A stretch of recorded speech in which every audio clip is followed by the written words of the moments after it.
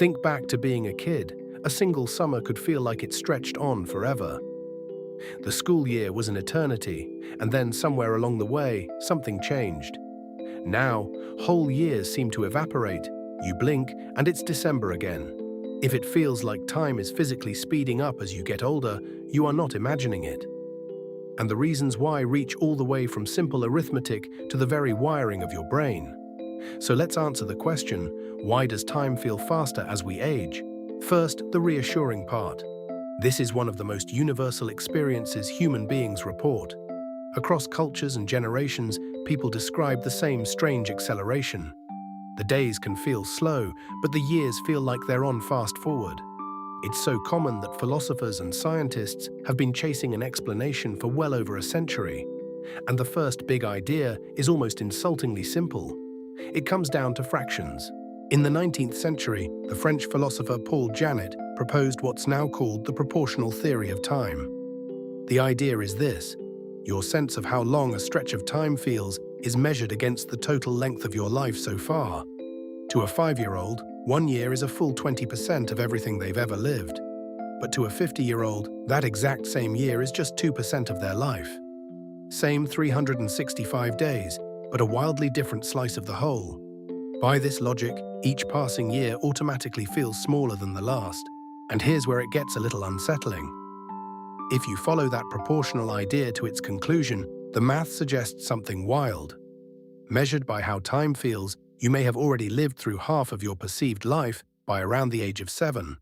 Not half your years, half your felt experience of time. That's why a single childhood summer can hold more subjective weight than an entire decade of your 40s.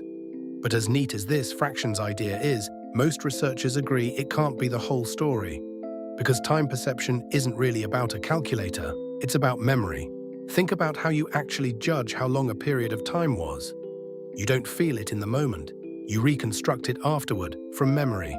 And the more memories you have from a stretch of time, the longer it feels in hindsight. A week packed with new experiences feels rich and long when you look back on it. A week where every day was identical seems to collapse into almost nothing.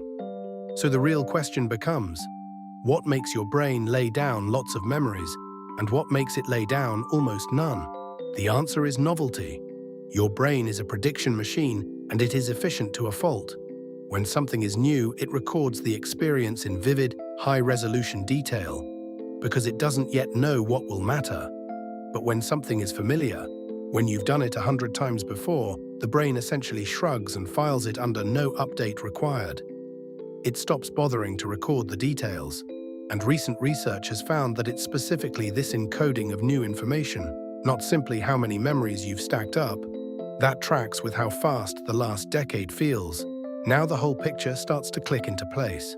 Childhood is a relentless fire hose of firsts. Your first day of school, the first time you rode a bike, saw the ocean, tasted something you loved or hated. Every single day genuinely delivers new information, so your young brain is recording constantly. And all that dense memory makes those years feel enormous in hindsight. Time felt slow back then because your brain was working overtime, capturing everything. Adulthood is the opposite. You wake up, take the same commute, do familiar work, follow the same evening routine, and go to bed. To your efficient brain, most of these days look like days it has already seen. So it compresses them, recording almost nothing new. String together enough near-identical days, and in memory, they blur into a single smear. That's the quiet trap. The more automatic your life becomes, the less of it your brain saves, and the faster it all seems to slip past. There's a famous quirk that captures this perfectly. The psychologist Claudia Hammond calls it the holiday paradox. Think about a really good vacation. While you're in it, the days seem to race by. But when you get home and look back, that same trip feels like it lasted ages. How can it be both fast and slow at once? Hammond's answer is that we judge time in two completely different ways. In the moment, time flies when you're absorbed and engaged. But in memory, a week bursting with new experiences leaves behind so many rich, detailed memories that it feels enormous in hindsight. Novelty makes time feel short as you live it, and long as you remember it. This idea, that memory rather than a literal internal stopwatch, drives our sense of time. led to one of my favorite experiments. You've probably heard that in a car crash or a bad fall, time seems to slow to a crawl. The neuroscientist David Eagleman wanted to know, do people really perceive the world in slow motion in those moments, or does it only feel that way afterward? So he did something wild. He dropped volunteers backward off a 150-foot tower into a safety net in genuine free fall.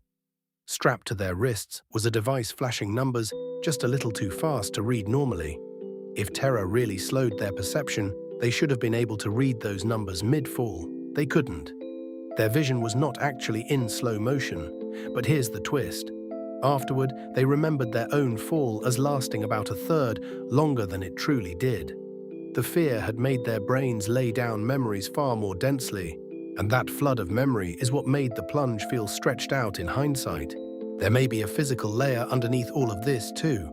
In 2019, Adrian Bejan, an engineer at Duke University, proposed a theory rooted in the mechanics of the brain itself.